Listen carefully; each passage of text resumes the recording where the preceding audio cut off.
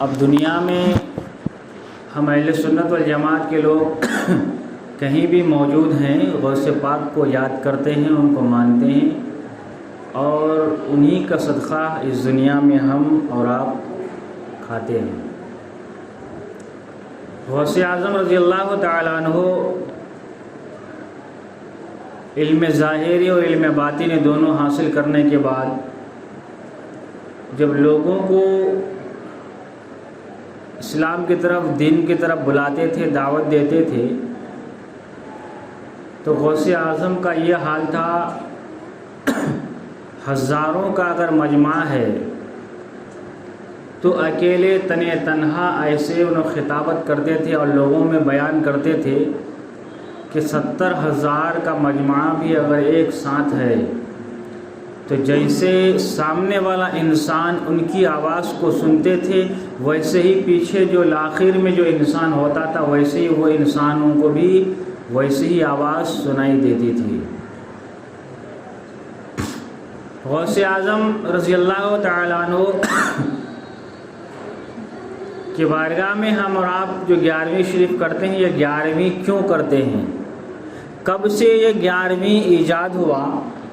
اور اس کے فوائد کیا ہیں؟ بزرگان دین فرماتے ہیں کہ کوئی انسان اگر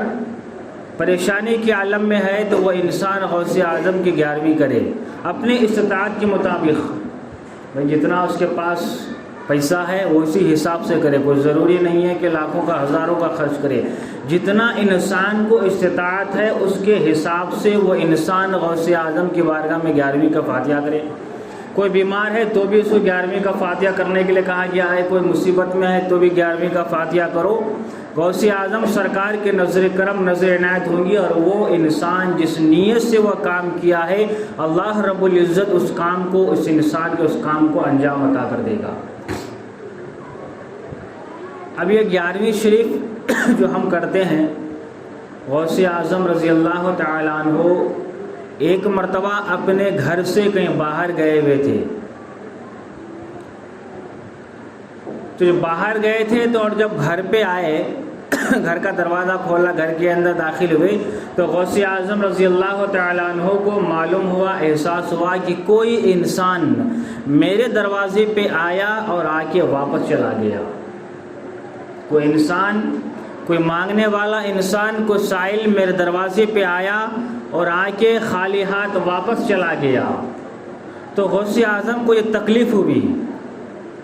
تکلیف محسوس ہوئی کہ میں وقت کا غوث ہوں اور تمام ولیوں کا شہنشاہ اللہ نے مجھے بنایا ہے، میرے دروازے میں کوئی انسان کچھ بھی مانگنے کے لیے آئے وہ خالی ہاتھ واپس چلا جائے، یہ مجھے زیبا نہیں ہے۔ یہ غوث اعظم کو جب اس وقت تکلیف ہوئی کہ میرے دروازے میں کوئی مانگنے والا ہے اور خالی ہاتھ چلا جائے، یہ مجھے زیبا نہیں ہے یہ بات۔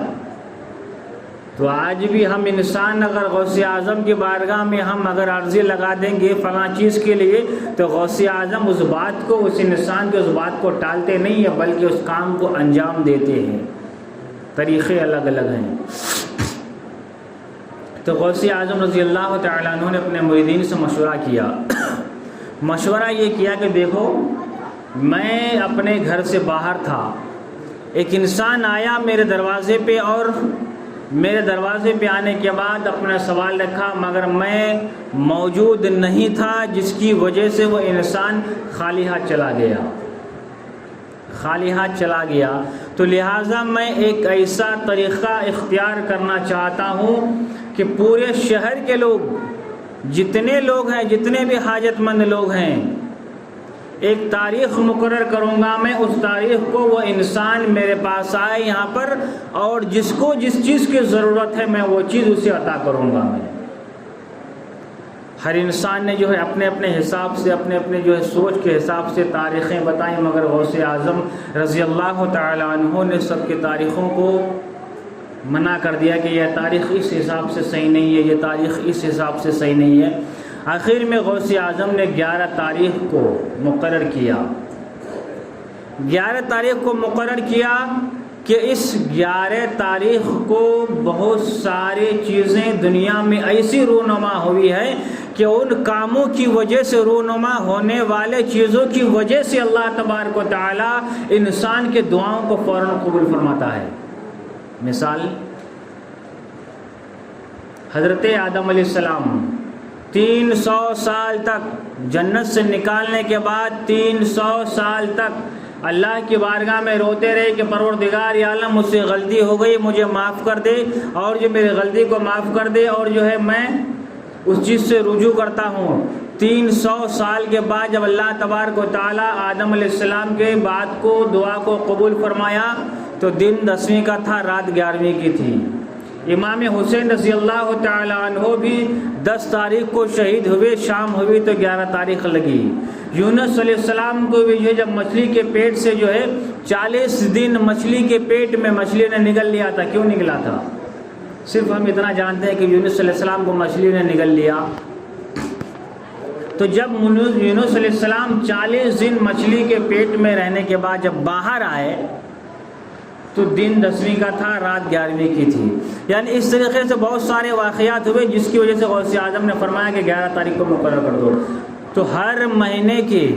11 تاریخ کو غوث اعظم رضی اللہ تعالیٰ عنہ اپنے گھر میں رہتے تھے، اور جس انسان کو جس چیز کی ضرورت ہوتی تھی وہ انسان آتا تھا، غوث پاک کے بارگاہ سے وہ چیز لے کے جاتا تھا۔ کسی کو پیسوں کی ضرورت ہوتی تھی، کوئی انسان کو جو ہے کسی اور چیز کی ضرورت ہوتی تھی، کوئی بیمار ہوتا تھا اس کو شفا کی ضرورت ہوتی تھی، کوئی پریشان حال رہتا تھا اس کو پریشانی دور کرنے کی ضرورت ہوتی تھی۔ یعنی جو انسان جس طریقے سے حاجت رکھتا ہو غوث پاک کے بارگاہ میں آتا تھا اور لے کے جاتا تھا۔ تو ہر مہینے کے 11 تاریخ کو غوث اعظم سرکار یہ کام کرتے تھے۔ غوث اعظم کا جب تک ظاہری حیات دنیا میں زندہ تھے تو وہ تو اپنے ہاتھ سے خود کرتے تھے۔ وہ جب ان کا وصال ہو گیا، ان کے چاہنے والے لوگ کرنے لگے ہر مہینے میں۔ اب جو ہے ان کے جو خاص مریدین تھے وہ لوگ جو ہر مہینے کے 11 تاریخ کو کرتے تھے ریگولر، ان کے مریدین کا بھی وصال ہو گیا۔ دوسرے لوگ آ گئے جیسے ہم اور آپ ہیں چاہنے والے، وہ لوگ بھی اب یہ مہینے میں کرے تو اگلے مہینے میں چھوڑ دیے، دوسرے مہینے میں کرے تو تیسرے مہینے میں چھوڑ دیے۔ اس طرح کرتے جو ہے یہ چیز سال میں ایک وقت آ گیا کہ سال میں ایک ہی بار کیا جاتا ہے، ورنہ ہر مہینے کے 11 تاریخ کو غوث اعظم سرکار اس چیز کو ادا کرتے تھے، غریبوں میں تقسیم کیا کرتے تھے اپنی چیزوں کو، اپنے کمائے ہوئے دولت کو، پیسوں کو۔ تو آج ہم سال میں ایک مرتبہ غوث اعظم سرکار کے نام پہ 11ویں شریف کے مہینے میں ہم فاتحہ خوانی کرتے ہیں۔ کچھ بھی ہو انسان اپنے استطاعت کے مطابق غوث اعظم سرکار کے بارگاہ میں اپنا نیاز، اپنی عقیدت کو پیش کرتا ہے۔ اب غوث اعظم سرکار رضی اللہ تعالی عنہ، ہم ہندوستان میں ہیں، انہوں بغداد میں ہیں، ہماری آواز کیسے سنیں گے؟ وہ کس طرح سے سنتے ہیں؟ کیسے ہماری آواز وہاں تک پہنچیں گی؟ رسول کائنات صلی اللہ علیہ وسلم نے ارشاد فرمایا کہ جو انسان اس دنیا میں جیتا ہے اپنے اولادوں کو چھوڑ کے جاتا ہے دنیا میں انسان جب مرتا ہے نا تو کچھ چیزیں ایسی ہوئیں جو ان کی قبر میں عذاب بن جاتا ہے، اور کچھ چیزیں ایسی ہوتی ہیں جو ان کی قبر کو گلے گلزار بنا دیتا ہے۔ تو ایسے ہی انسان کو اولاد نعمت بھی ہے تو جہنم میں لے جانے کا راستہ بھی ہے، نعمت بھی ہے تو زحمت بھی ہے۔ اگر وہ انسان مرنے والا انسان اپنے اولاد کو اس دنیا میں چھوڑ کے گیا، یعنی مر گیا، وہ اس کی اولاد اگر نیک ہے، اچھا ہے، نیک اور صالح ہے، نمازوں کو ان کے وقت پہ نماز پڑھتا ہے، جھوٹ نہیں بولتا، چغلی نہیں کرتا، چوری نہیں کرتا ہے، دنیا کے سارے برائیوں سے وہ انسان اپنے آپ کو خود روکتا ہے، دوسروں کو بھی روکاتا ہے، تو اللہ کے حبیب فرماتے ہیں کہ ان کی اولاد زمین کے اوپر جب تک اچھا کام کرتا رہے گا ان کے ماں باپ کو قبر کے اندر اس کا ثواب ملتا رہے گا۔ اور جو انسان نے اپنی اولاد کو تربیت صحیح نہیں دیا، اپنے اولاد کو نماز، روزہ، حج و زکوٰۃ، حرام حلال کی تمیز نہیں سکھایا، جب ہم سکھائیں نہیں تو کرے گا کیا؟ وہ سکھائیں تو وہ کرے گا۔ وہ تو جب تک اس کا اولاد اس دنیا میں زندہ رہے گا، برائیوں میں لگا ہوا رہے گا، جتنے بھی برے کام کریں گے ان کے اولاد، ان کے ماں باپ کو قبر کے اندر عذاب ملتا رہے گا۔ ہم اور آپ جو دنیا میں جو زندگی گزارتے ہیں نا، جھوٹ بولتے ہیں، چغلی کرتے ہیں، رشوت لیتے ہیں، جو بھی کام ہم کرتے ہیں برائیوں میں، جو جس کام کا انحصار برائیوں میں ہے، جس کام کی گنتی برائیوں میں ہوتا ہے، تو سمجھ لو ہم تو کرتے ہیں، ہمیں تو عذاب ملے گا ہی ملے گا، مگر ہمارے ماں باپ جو اس دنیا سے گزر گئے انہیں بھی مل رہا ہے وہاں پر۔ ہم جو اچھا کام کرتے ہیں اس کا ثواب ہمارے والدین کو بھی جو ہے قبر کے اندر ملتا ہے۔ اور جب ایک انسان مر جاتا ہے دنیا میں، جب تک انسان کے جسم میں روح باقی ہے، ملک الموت ابھی نہیں آیا ہے اس انسان کے پاس، اللہ تعالیٰ اختیار دیا ہے تمہیں جو کرنا ہے کرو،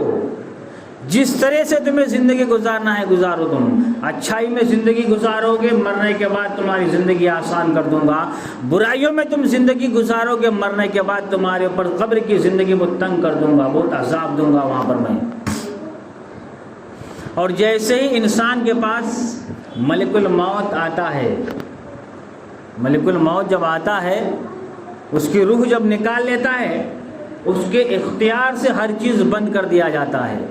کوئی اختیار اس انسان کے اب کام میں نہیں رہے گا، یہاں تک کہ وہ انسان پڑا ہوا رہتے رہتے سڑ کے گل کے ختم ہو جائے گا، مگر خود سے وہ کچھ نہیں کر سکتا ہے، وہ جسم میں جان ہی نہیں تو کیا کرے گا وہ۔ آخر میں کیا کرتے ہیں،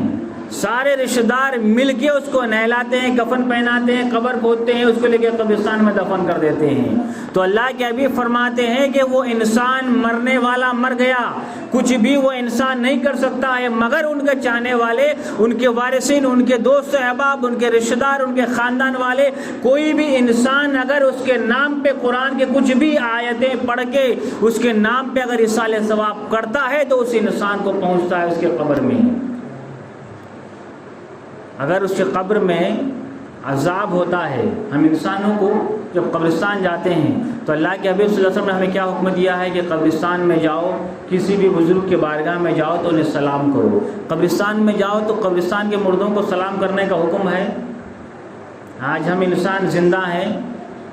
جھگڑا ہو گیا، بحث ہو گئی تو ہم ایک کو ایک بات نہیں کرتے ہیں، سلام نہیں کرتے ہیں، مگر اللہ کے حبیب نے فرمایا کہ جب تم کسی بھی ایمان والے انسان سے آمنا سامنا کرو تو سلام اور کلام کرو اس کے ساتھ میں۔ تو اللہ کے حبیب نے فرمایا کہ جب تم قبرستان جاؤ تو قبرستان کے مردوں کو سلام کرو۔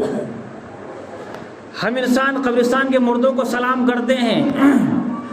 قبر کے مردے اندر سے جواب بھی ہمیں دیتے ہیں مگر ہمیں سنائی نہیں دیتا ہے۔ اگر سنائی دے دیا تو وہ جو چیختا ہے نا قبر کے اندر، جو مردہ عذاب میں رہتا ہے، پھر ہمیں جب معلوم ہو جائے گا تو ہمیں دنیا میں جو ہے ہمارا امتحان کیسے معلوم ہوگا، امتحانے سے ہم ہٹ جائیں گے ہم۔ تو اللہ تبارک و تعالیٰ نے ہمارے کانوں میں وہ سماعت نہیں دیا ہے، آنکھوں میں وہ بصارت نہیں دیا ہے کہ قبر کے اندر کیا ہو رہا ہے وہ دیکھ سکے ہم۔